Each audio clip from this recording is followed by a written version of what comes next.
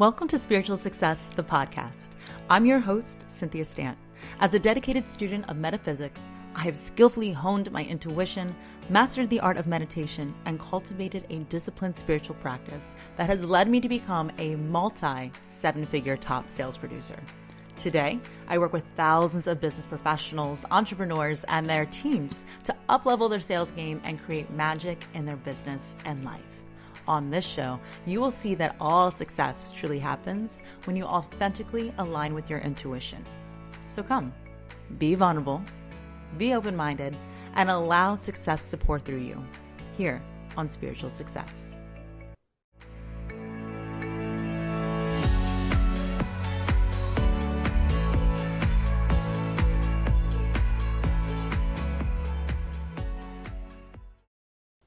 Hello, successful souls. So this is going to be one of those harder episodes where I'm really going to poke you and shake you with love because I know your potential and I know that you can, you will, you are, it's already done.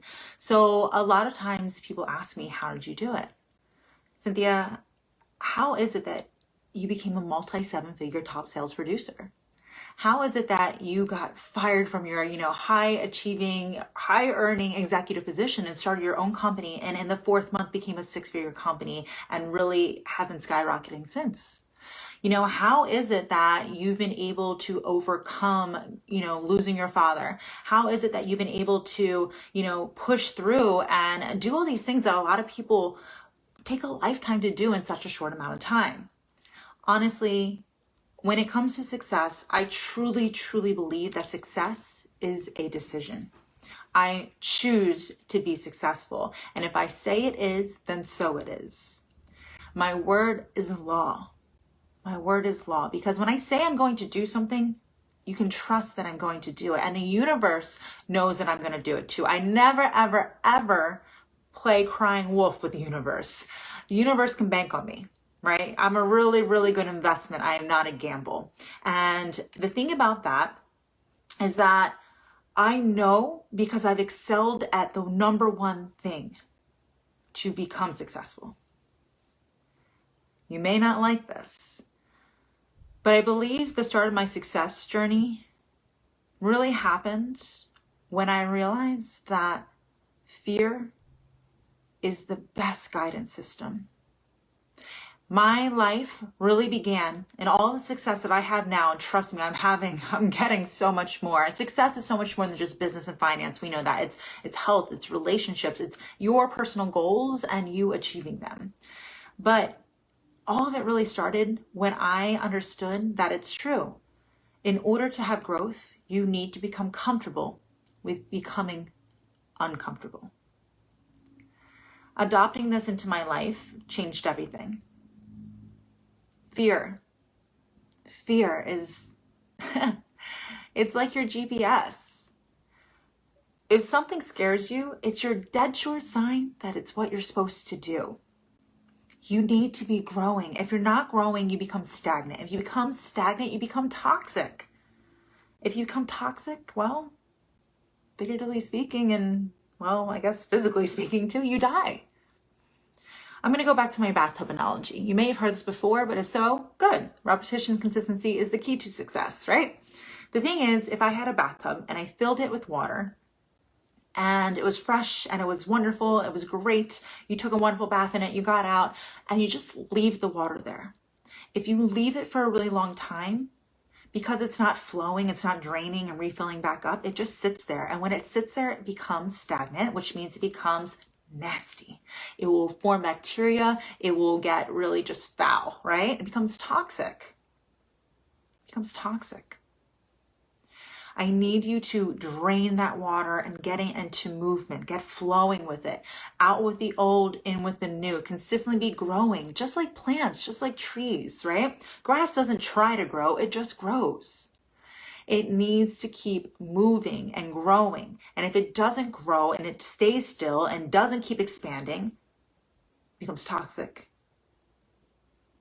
It dies. We can't have that happen to you. So how do you grow? You push through the fear.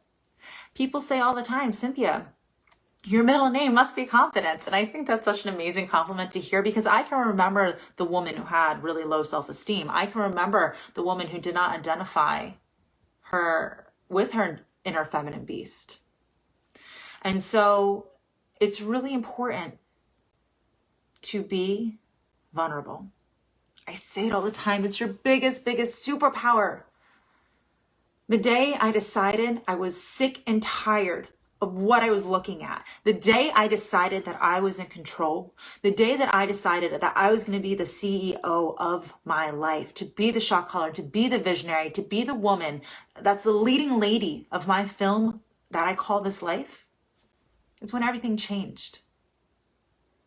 If you're sick of what's happening on the outside, well, the good news is you can change it. How? By changing the inside. You change the inside. And the way that you move forward is getting out of your head, get over the labeling, and get out of the way of fear. No, I am not fearless. I am confident, but I am not fearless. I trust in myself. And I know that if I don't quit, I will not fail. But the thing is, I'm not fearless. I want you to hear that again and again. I'm courageous. Because I still have fear, but I walk with the fear. I'm graceful with the fear. I carry it and I will push through it no matter what. And the thing about me is that if I don't feel afraid during a day, if I don't feel nervous about something, then I know I'm not pushing myself enough. And if I'm not pushing myself, then what was the point of today? You are here for a blip of time when it comes to the existence of the universe. Why would you ever waste a day? Why would you ever try or dabble or one day maybe? You can't guarantee that that one day will be here. Now. When? Now. I don't have any tattoos, but I have some really good ideas for tattoos sometimes. I feel like on my left wrist where my watch goes, I should just put right here now. Now. What time is it? Oh yeah, now. Now is what you have. It's now that you get to choose.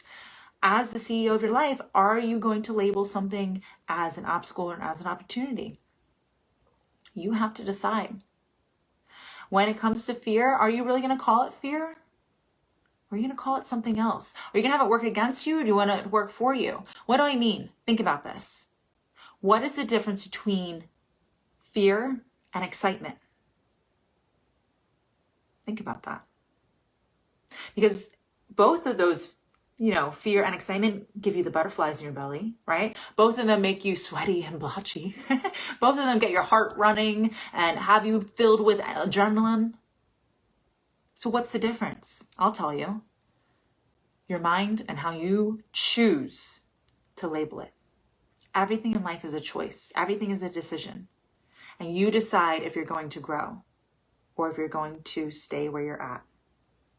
Now, a lot of people get comfortable with where they're at, and the ego fights back every time that you want to expand, because remember, your ego is not your amigo, and your ego only knows the past. So anything that's new, it doesn't like. Even if it's better for you, it will fight you back on it because it's new and it makes them feel vulnerable. And feeling vulnerable, a lot of us will say we hate the feeling of being vulnerable because it makes us feel scared. Are you scared or are you excited? Once you tell yourself you're not scared anymore and that you're excited, you'll begin to crave the feeling of fear. I love being afraid. Is it difficult to do? Yes, but I push through and I know that everything I want. Do you understand what I mean by that? Everything, all of the romantic love, all of the money that I want, all of the fitness aspirations that I have, all of the amazing dreams, hopes, wishes, all of the things I want are on the other side of fear.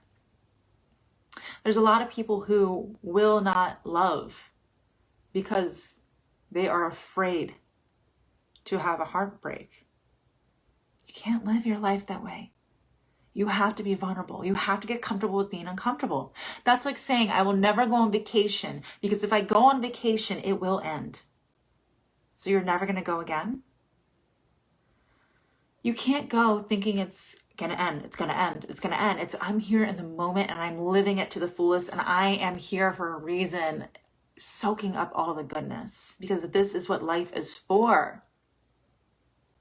And even if it does end, can you look back and say, I lived the best life and I had the most amazing memories and I had the best romantic love affair in the world, and I know I gave it my all, and if it didn't work, it was meant to be? Right? Can you see the beauty in things not working out? Can you see the beauty in sadness? There's no such thing as good or bad. But if you consistently keep labeling things, you better label them for you and not against you. Focus on the good. Focus on the excitement, not the fear. Focus on the passion and not the heartbreak. Focus on the amazing memories and not the ending. It's up to you. You're the one creating all of this. You are so much bigger than your mind. You're so much bigger than your body, but do you give yourself credit for that? Do you? Well, if you've been living as long as you have and, not really working with these concepts and pushing yourself on a daily basis to be taught by mentors and to surround yourself by people and to be reading and soaking in the wisdom, most likely not. But that can change. When? Now. Today. When you realize that all of this is happening for you, by you, you'll stop living as if it's happening to you. You'll embrace that you have control. You can do this. You will do this. You are doing this. It's already done. The number one thing that led me to success and really having quantum leaps, again, making 10 times the amount of income than I did last year, acquiring over $1.4 million in assets in a year before starting my own company, and within the 4th month hitting 6 figures, overcoming getting, fired from my comfy executive role, moving across the country in a pandemic to my absolute favorite neighborhood. It's paradise. All of this happened because I decided to walk with the fear. I decided to get uncomfortable and be comfortable with being uncomfortable. I decided that every move I make will be aligned with my goals, and that little thing in my head that says I cannot, that I should not, that I'm not pretty enough, that I'm not smart enough, that I'm not wealthy enough, that we have to wait for everything to be perfect before I say that it's time, it won't stop me, because I know it's not true. It's not true. We are consistently making problems into problems that aren't even problems. We are telling ourselves bullshit lies. And it's only us that's in the way of the things that we want. Now, you can keep looping over and over and over and having the same circumstance come up with a different face behind it or a different name behind it, or, but you know what I mean. Looping, same situation, same bad relationship, same problems at work, same money issues over and over and over again. But again, we all know doing the same thing over and over and over and expecting a different outcome is insanity. So are you going to accept that as truth, that this is as good as it gets? Or are you going to take that first step forward? Get into the momentum.